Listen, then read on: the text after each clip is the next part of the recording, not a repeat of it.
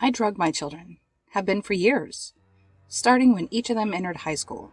It cost me a lot getting enough presents to feed to both of them, but I put the effort in because I love them. I'm not hurting them after all, just making sure they're safe. I'm a very loving mother. I've always been since the day my eldest kicked and screamed his way into my life. Pink and soft and small. The moment I saw him in my arms, I knew I'd do anything to protect that smile. I'd go to hell and back for him. That feeling didn't fade when my second was born. I had plenty of love to give her as well. I would give my blood, my heart, my soul, to keep them from harm. I didn't realize how far I'd go to keep them safe until my husband died. It was an accident. Some old man running a red light as he crossed the street. Completely random. Just bad luck. Unavoidable. I wanted to tear the head off that old man. Something in the back of my head screamed at me that it was avoidable. I just had to keep them close to me, never let them go. I had to take control. I liked the sound of that, but then I thought that would be impractical. How would I chain up my own kids? Would I cuff them to a wall, strap them to their beds, cut their arms and legs off so they couldn't run? No, I didn't have a game plan yet. But necessity is the mother of innovation, and when it turned out I needed a solution, I improvised. My son came home one night after going out with friends, tipsy and reeking of alcohol. I nearly had a breakdown, imagining all the ways he could have died. He could have fallen off the sidewalk and cracked his head open. Could have fallen onto the train tracks and been run over. Could have fallen asleep, drowned in a pile of his own vomit. No, that wouldn't do.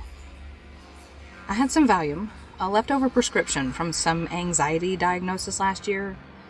I took 3 pills, crushed them up, and stirred them into his scrambled eggs. Then I added a splash of vodka to his orange juice, smothering it in sugar in an attempt to hide the aftertaste. If he noticed anything strange, he was nice enough not to point it out. My children are such little angels. It didn't take effect until midway through the day. He came back home at noon, said he was feeling ill, and went to bed. I couldn't have been happier. I gave him another 2 pills that night and slipped them into my daughter, too. They didn't go to school ever again. The school started getting suspicious, though. Called me for some explanation for their absence. At this point, both of them spent their days collapsed in bed, staring at a fuzzy TV screen. I loved it. That feeling of control it gave me. So I decided to take a bit more. We moved 2 hours away from the city, to some place out back where no one lived, where no one would come look for us.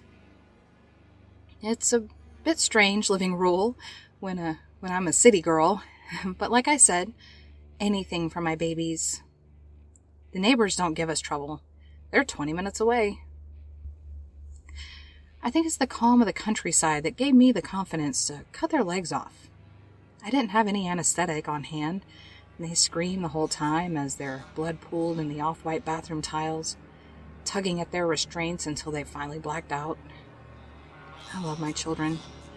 They're so good to stay with me. The kids live in the basement now, slumped in chairs that recline to become beds. They sleep and watch TV all day, not moving their bodies more than the few centimeters required to reach the remote. Sometimes they have flashes of consciousness, where they panic and scream at me for trapping them. Something changes in their eyes, some evil thing taking over their bodies, making them forget how much I love them. They flail out of the chairs, flop around, try to drag themselves along with their arms. My poor little babies. They don't realize they need me just as I need them. They just don't understand a mother's love. I just want them to be safe. I figured out those incidents are just them getting a tolerance, though. So I keep feeding them more and more to the point that now I have to go to 4 different doctors in the city for my prescription. It's a lot of work, but it's worth it. My biggest dream in life is that my darlings will learn to appreciate the work I do for them. You understand why I do this, right? A good mother takes care of her children.